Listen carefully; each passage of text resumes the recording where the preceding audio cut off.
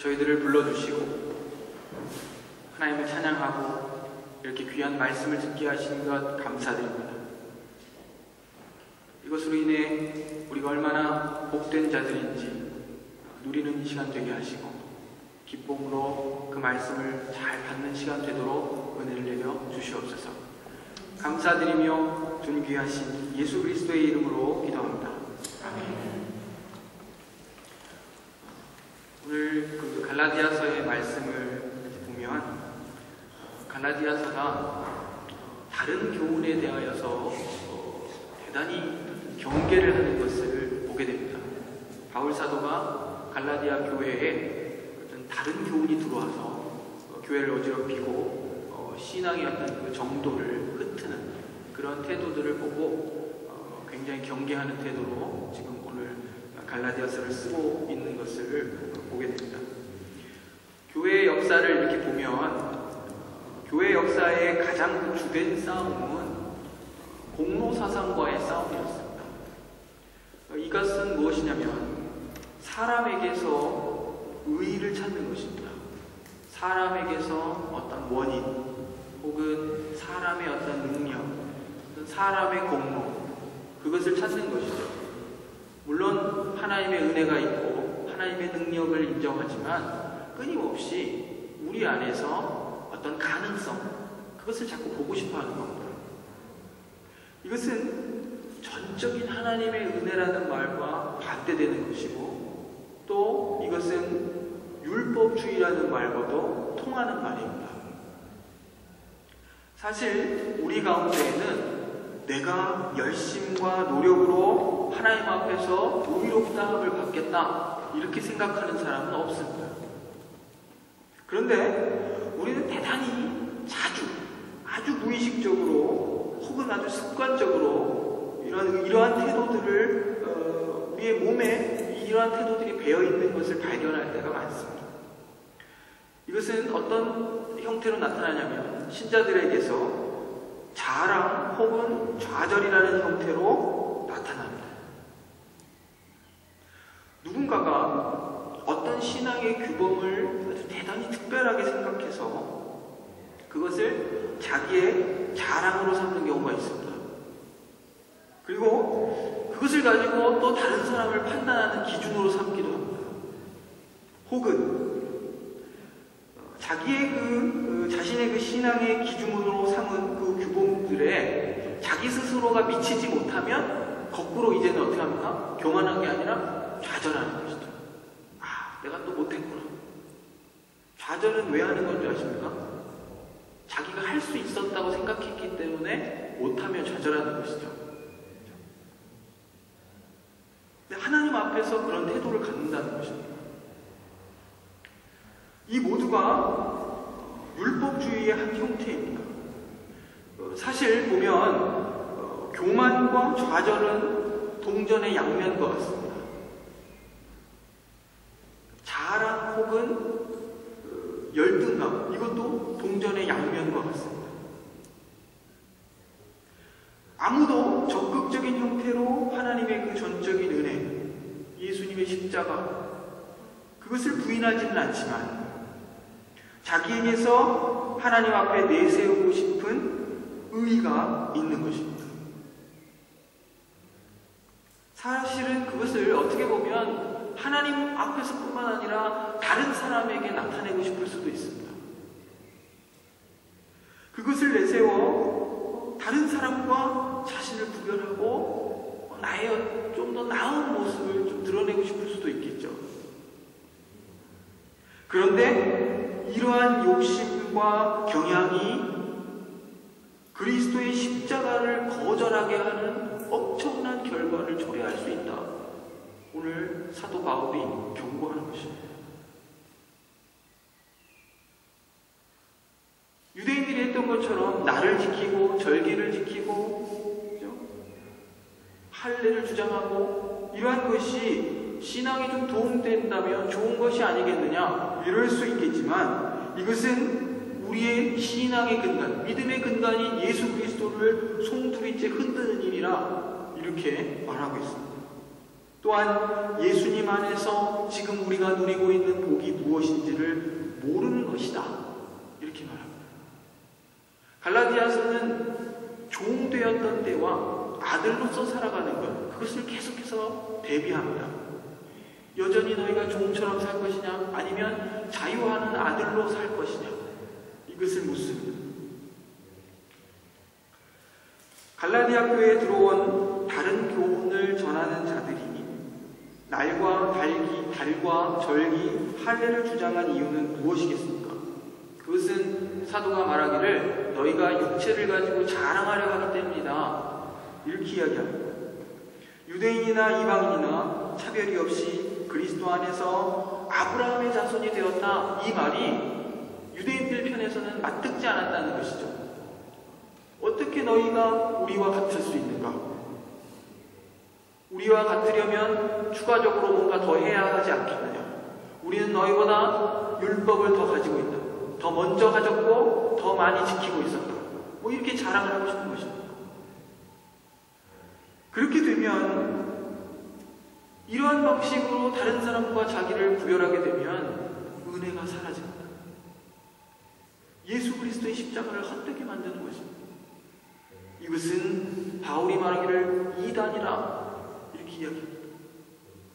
얼토당토 않는 이단 사설을 가르치는 것만이 이단이 아니라 우리 안에도 그런 이단성들이 있을 수 있다는 것이죠. 은혜를 저버리는. 율법은 원래 아주 선한 것입니다. 하나님께서 율법을 통해서 하나님의 성품과 그 하나님의 뜻을 나타내셨습니다. 그의 백성들이 어떻게 하나님의 의와 그 사랑 안에 거할 수 있는지 율법을 통해서 보여주십니다. 그래서 율법을 생명의 법칙이라 이렇게 말합니다. 하나님의 말씀에 순종하여 살면 생명이 주어지기 때문입니다. 그런데 이 선한 법이 저주의 법이 되고 말았습니다. 왜냐하면 아무도 율법을 행함으로 의롭다함을 얻지 못하기 때문입니다. 율법의 원칙은 하나의 계명이라도 범하면 모두를 범하는 것입니다. 모두를 범하는 것입니다. 유대인들은 율법을 완벽하게 지켜내기 위해서 율법의 여러 가지 장치들을 했습니다. 10계명에다가 세배의 규칙들을 613가지나 덧붙여서 율법을 범하는 일이 없도록 자기들이 노력을 했습니다. 그런데 이것은 대단히 큰 착각입니다. 하나님의 율법은 단순히 그 사람의 행동을 어거하는 것에 목적이 있는 것이 아니라 그것에 그치지 않고 더 깊이 사람의 마음을 어거하는 법입니다. 그래서 예수님께서 율법을 해설하실 때 형제를 보고 바보라 하는 자는 살인했다 말씀하시고 음욕을 품은 자는 그 마음의 음욕을 품은 자는 가늠함이다 이렇게 말씀하시는 겁니다. 이러한 법 해석에서 자유로울 수 있는 사람이 없는 것입니다. 그러므로 누구도 율법 앞에 자유로울 수 없습니다. 율법이 문제가 있어서 우리에게 저주가 된 것이 아니라 우리에게 문제가 있어서 우리의 그 부패와 오염의 문제가 있어서 우리에게 그것이 저주가 된 것입니다. 율법이 정죄와 사망의 법이 되어버린 것입니다. 생명으로 우리를 이끌어가야 할 그 법이 우리 모두를 정죄와 심판으로 이끌게 되었다는 말입니다. 그런데 여기서 아주 중요한 율법의 기능을 발견합니다. 율법이 우리의 죄와 우리의 죄인됨을 드러내서 우리가 심판받을 수 없는 자이다. 죄인이라는 사실을 깨닫게 한다는 것입니다. 우리가 죄인이라는 사실을 깨닫게 하는 것. 하나님에 의해 이룰 수 없는 우리 자신을 발견하게 하는 것입니다. 그래서 이제 어떻게 해야 됩니까? 이제 우리가 어떻게 해야 됩니까? 우리의 노력과 열심을 가지고는 우리의 죄인됨만을 확인할 뿐이라는 그 좌절을 안고 하나님의 긍휼을 구하는 자리에 나아가는 것입니다.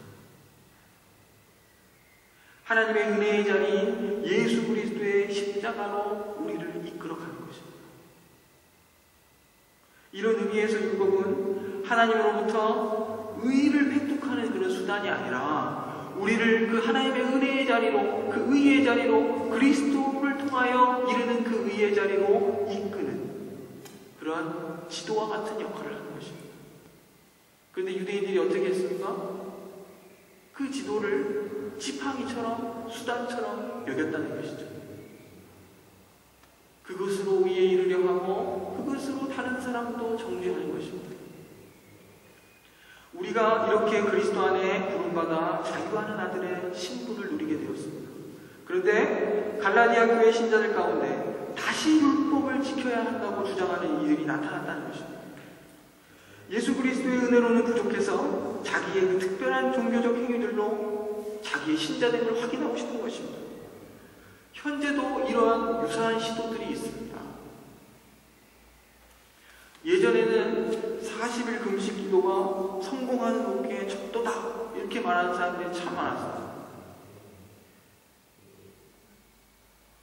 목사는 일해야 한다. 교회 직분자는 또한 일해야 한다. 그리고 자기들만의 기준을 제시하는 것이죠. 영적인 사람은 일주일에 이틀을 금식하고 적어도 그 평생에 성경을 100독은 통독해야 되지 않겠는가? 이렇게 주장하는 것입니다. 어떤 경우에 심지어 아파도 아프단 말을 못합니다. 목사가 아프면 믿음이 없다 이런 말을 들을까봐 말을 못합니다. 크게 오해하고 있는 것입니다. 우리 하나님이 그렇게 속 좁고 괴팍한 분이신 줄 아십니까? 어디 우리가 만든 기준을 가지고 그것을 하나님의 것이라 돌립니다. 율법의 저주와 심판에서 우리를 구원하고 해방하기 위해 그 아들을 십자가에 내어주시기까지 사랑을 주신 그 하나님께서 그러한 얼토당토한 기준들로 우리를 정죄하시고 우리를 심판하시겠습니까? 하나님께서 우리를 그리스도 안에 부르셨다는 것은 율법에 매여 살던 때와 전혀 다른 삶의 가치와 질서 가운데 부르셨다는 것입니다. 그것은 사랑의 삶입니다.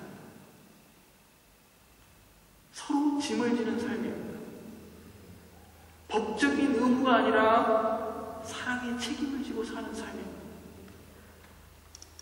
이것이 자유하는 아들이 누리는 삶입니다. 그리스도 예수 안에서 아브라함의 복이 우리에게 미쳤다는 말의 뜻은 유대인뿐만 아니라 이방인인 우리도 율법이 아닌 믿음으로 하나님 자녀가 되었단 말입니다. 이제 우리의 할 일은 그 자녀된 그 관계의 복을 누리는 것입니다. 율법에 매여서 종의 관계로 사는 것이 아니라 아들의 관계로 사는 것입니다. 이거 쉽게 예를 들면 이런 것이죠. 자녀가 어렸을 때는 부모가 일일이 자녀의 삶을 관여하고 혹은 자녀들은 부모에게 일일이 그것을 묻습니다. 예를 들면 너 아침에 일어났으니 이를 닦아라. 아침을 먹고 옷을 입고 학교에 가야 한다. 학교 갈 때 부스를 탈 때는 꼭 뛰거나 자동차 옆에서 뛰거나 그래서는 안 되고 잘 지켜 서 있다가 버스를 타고 혹 자전거가 지나가는지도 잘 살펴야 한다. 일일이 부모가 그 자녀를 한 번 밖에 내보낼 때마다 잔소리를 하는 것이죠. 손을 들고 건너야 한다. 그런데 자녀가 장성하여 20살이 되었습니다. 대학을 가고 성인이 되었습니다. 직장을 다니고. 근데 자녀가 묻는 거죠. 엄마 오늘 일을 닦아야 되나요? 말아야 되나요? 오늘은 어떤 옷을 입어야 하나요?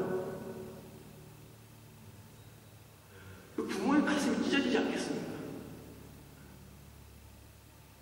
종으로 살던 때와 자유하는 아들로 사는 것, 그것은 굉장히 의미가 큽니다.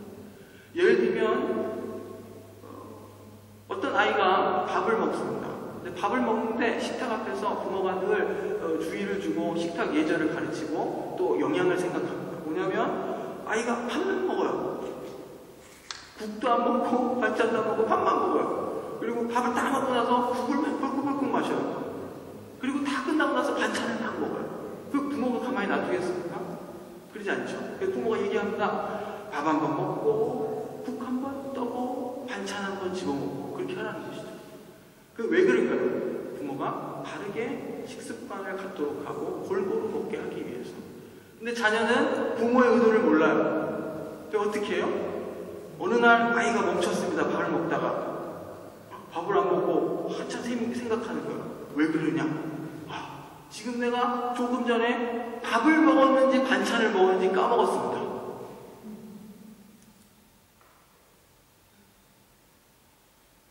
부모의 의도를 전혀 모르는 것이죠.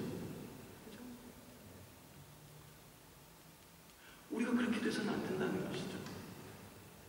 하나님께서 우리를 대하실 때는요, 막 심판자처럼 대하시는 게 아닙니다. 사랑으로 대하시는 거예요. 우리가 하나님의 뜻을 더 잘 알아가기를, 그걸 원하시는 겁니다. 그리고 우리가 어떻게 하나님의 자녀답게 살 것인지, 어떻게 서로 짐을 지고 사랑하며 살 것인지, 그걸 원하시는 겁니다. 내가 1분도 늦지 않고 탁 와서 뭘 하고 조금의 실수 없이 그것을 완벽하게 끝내고,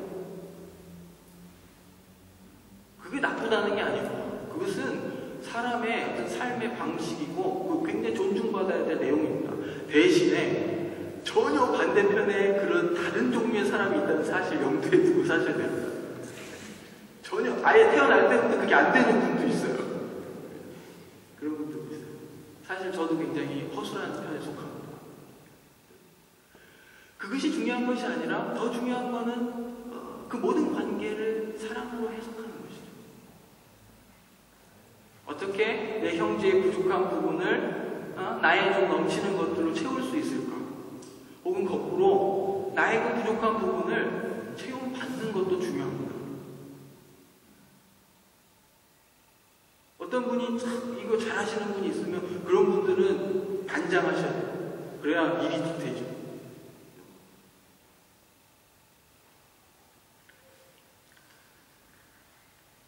우리가 법적인 관계에 있지 않고 사랑의 관계에 있다는 사실을 잘 기억해야 됩니다.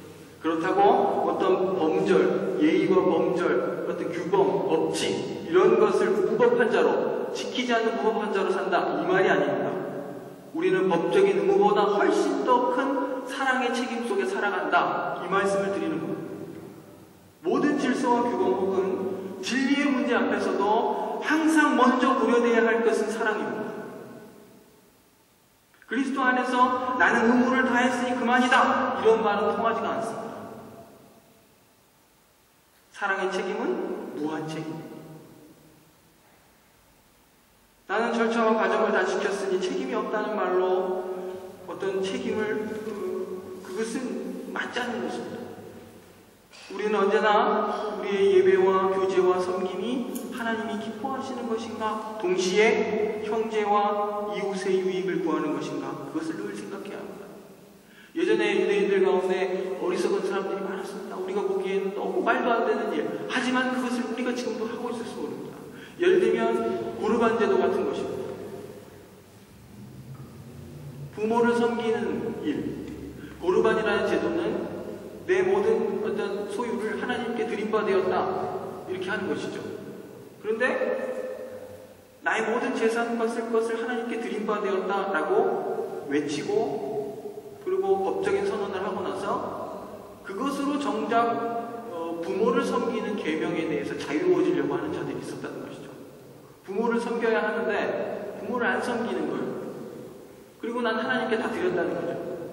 왜냐하면 하나님 앞에서의 의무가 더 크니까 난 그걸 했으니까 내 육체의 부모를 돌보지 않는 거예요. 그것도 나쁜 것이지만 더 나쁜 건 뭔지 아십니까? 고르반을 외쳤던 자가 그 고르반을 물으려고, 왜? 부모를 섬기기 위해 그 재산을 돌려받고 다시 그것으로 부모를 섬기기 위해 고르반을 물으려고 종교 지도자를 찾아갔어요. 근데 종교 지도자가 거절하는 것입니다. 여러분들 상식적으로 그게 말이 되겠습니까? 그 사람들은 그것을 법이라 얘기할지 모르지만 하나님 앞에서 그게 과연 바른 법이겠습니까? 하나님께서 언제 그러한 법을 그들에게 허락하셨습니까? 저는 두렵습니다. 혹 제가 그런 자가 되지 않아야 할 텐데. 늘 깨어있어야 하는 것입니다.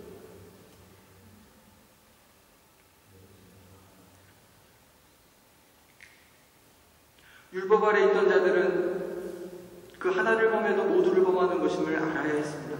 그래서 율법의 저주에서 그 누구도 자유로울 수 없는 것입니다. 그런데 유대인들은 그것을 몰랐습니다. 스스로 그것을 다 지켰다 생각했습니다.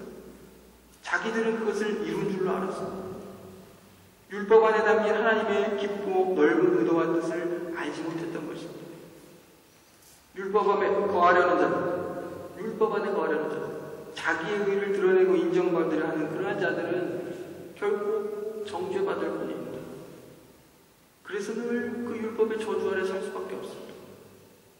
하지만 그리스도의 법 안에 거하는 자는 사랑함으로 그 모든 계명을 이루느니라 이렇게 말씀하고 있습니다. 사랑함으로 모든 계명을 이루느니라. 하나를 범함으로 모두를 범해 저주 아래 있던 때와 사랑을 이루어 삶으로 모든 것을 이루는 그러한 때를 살아가고 있습니다. 우리는.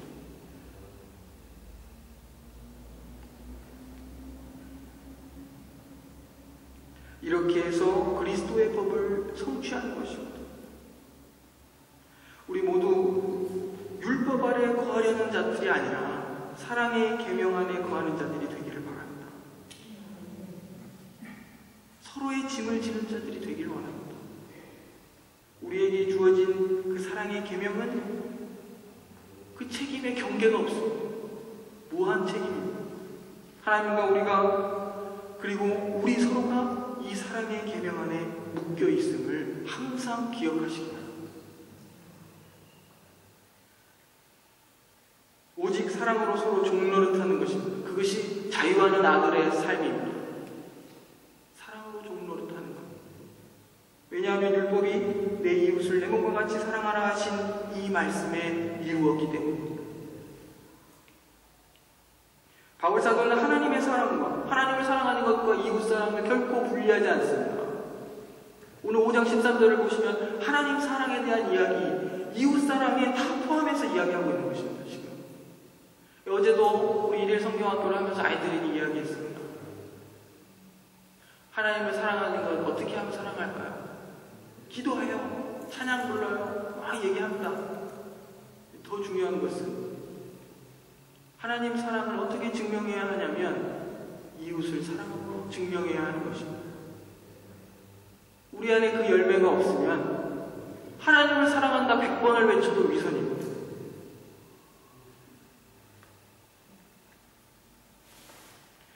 우리는 종이 아닙니다. 자유하는 아들입니다.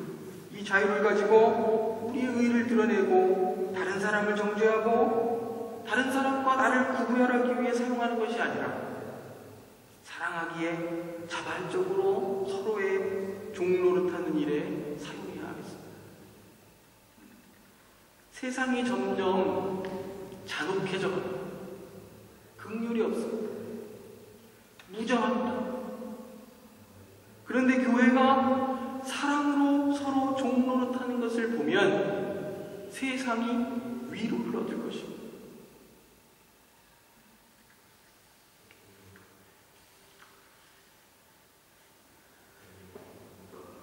저희 교회에서 같이 자란 선배님이 있습니다. 이분은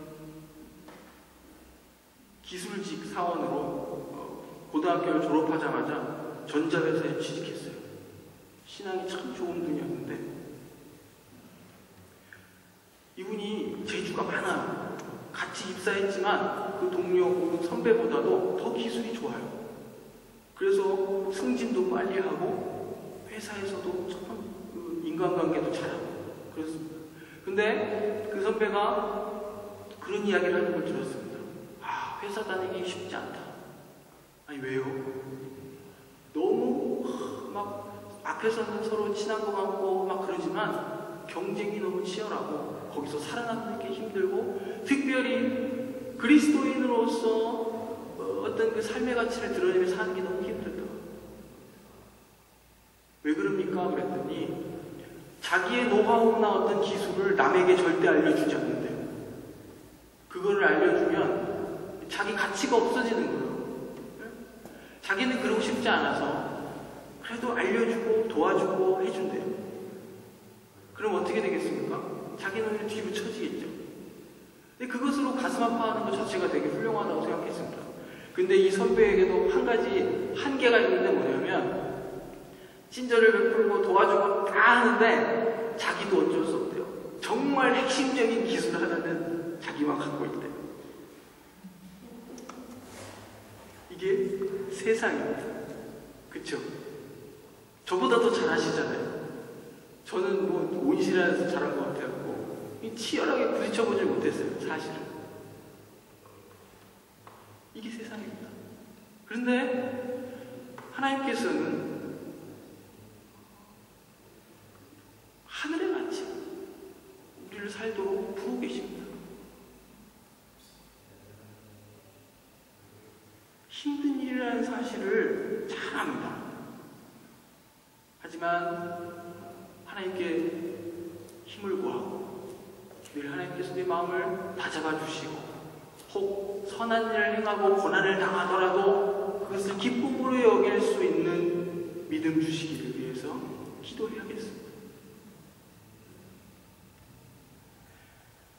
교회에 오시면 저는 기뻤으면 좋겠습니다. 일주일 동안 힘들고 피곤하셨을 텐데 교회에 오면 웃고 안식을 누리고 기뻤으면 좋겠습니다. 세상에서는 제가 좀 전에 말씀드린 그 선배처럼 무장을 하고 살아야 돼요. 보호하려고 공격하든지, 그렇죠? 대신에 교회당 문을 들어오는 순간에만큼은 무장 해제하십시오. 사실 주일날은 저 하나 긴장해도 됩니다. 오늘을 섬기기 위해 제가 여기 하나님 세우신 거예요. 즐겁고 편안하고 정말 그 자유한 아들의 그 자유와 행복을 누리시는 우리 장로님 오늘 기도하신 것처럼 기쁘고 복된 그런 주일이 되었으면 좋겠습니다. 스스로 쪼이지 마시고 스스로 사실 누가 남 쪼입니까? 스스로 쪼일 때가 더 많죠. 스스로 먼저 자유하시고 모두가 그 자유를 누리는 그런 복된 우리 중앙 가족들이 되길 바랍니다. 기도하겠습니다. 우리가 그리스도 예수 안에서 아브라함의 복을 누리는 자유하는 아들이 되었습니다. 그런데 아직 그 의미를 알지 못한 채 율법 아래 종노릇하려 할 때가 많습니다. 끊임없이 우리의 의를 드러내려 하고 그것으로 자랑 삼고 남을 정죄할 때가 있습니다. 주님, 또는 자기의 의에 만족하지 못해 좌절할 때도 많습니다. 우리를 불쌍히 여겨 주시옵소서. 우리가 그리스도의 법을 성취하며 살게 하옵소서. 사랑하며 서로 짐을 지게 하옵소서. 예수 믿고 천당을 보장받은 것으로 만족하지 말고 이 땅에서 명령받은 그 사랑의 삶을 책임있게 감당하게 하옵소서. 예수님의 이름으로 기도합니다.